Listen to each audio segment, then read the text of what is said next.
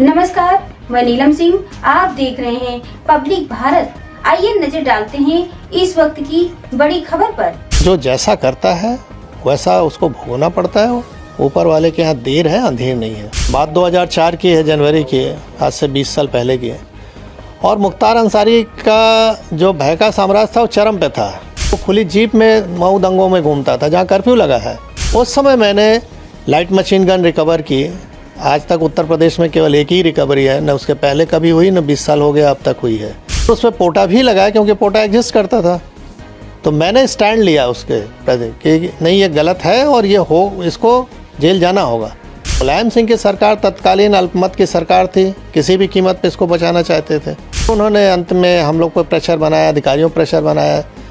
जब कोई नहीं सुना तो आईजी जोन जो थे उनका ट्रांसफ़र, डीआईजी रेंज का ट्रांसफ़र, एसएसपी एसटीएफ हमारे थे उनका ट्रांसफ़र।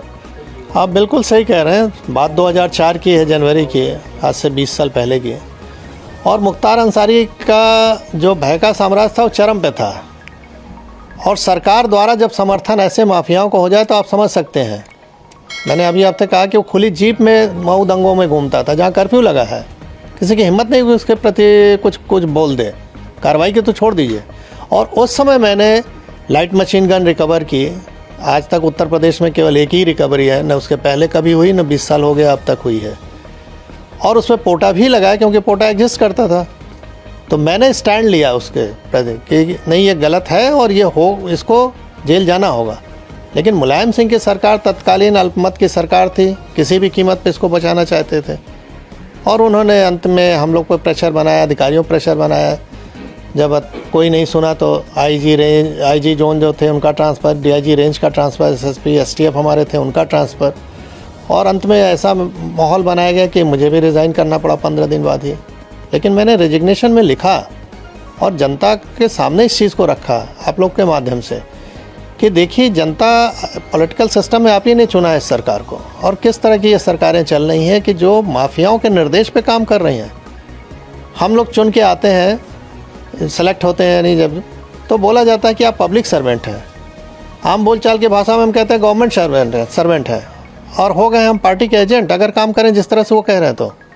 तो ये गिरावट की स्थिति बहुत ही खतरनाक थी। धीरे धीरे इस पर लगाम लगा है। न्यायालय में अब निर्णय आने लगे हैं जो कभी नहीं आते थे। दशकों तक, 2-2 दशक तक नहीं आए, अब आ रहे हैं 3-3 दशक के बाद। तो स्थिति बदली है, नो डाउट। और उसका नतीजा आप लोग देख रहे हैं कि अपराध में कुछ भी हो रहा है। सर, क्या लगता है उस समय कितनी बड़ी चुनौतीपूर्ण रही कार्रवाई जो मुख्तार अंसारी पे आपने की, और आज जिस तरह से आपने कहा न्यायालय में निर्णय आ रहे हैं, कानून व्यवस्था जिस तरह से है, उस समय अगर वो ऐसा रहता तो क्या उस समय मुख्तार अंसारी पे कार्रवाई हो सकती? नहीं, स्वाभाविक है। अगर शासन प्रशासन, हम तो किसी सपोर्ट की भी उम्मीद नहीं करते थे। हम तो अपने दम पे रिकवर किया, मैंने अपनी टीम के साथ।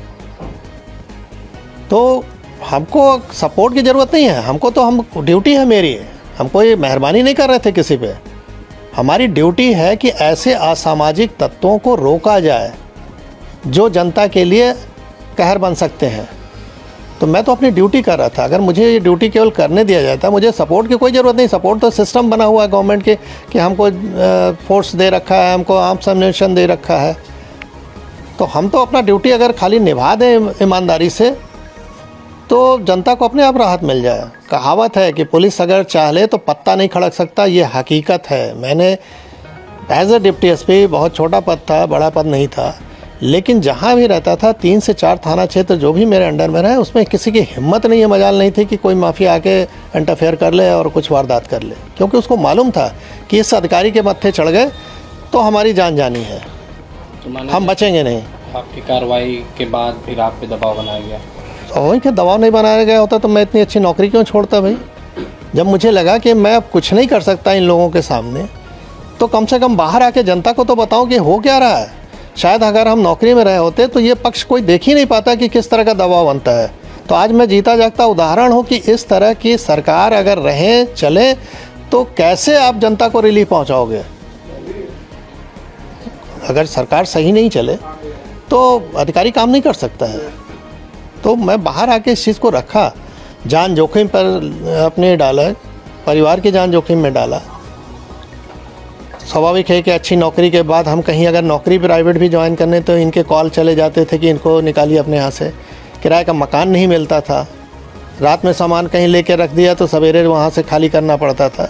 तो ये सब चीज़ें देखी, लेकिन अब उस पर ज़्यादा नहीं बोलना है।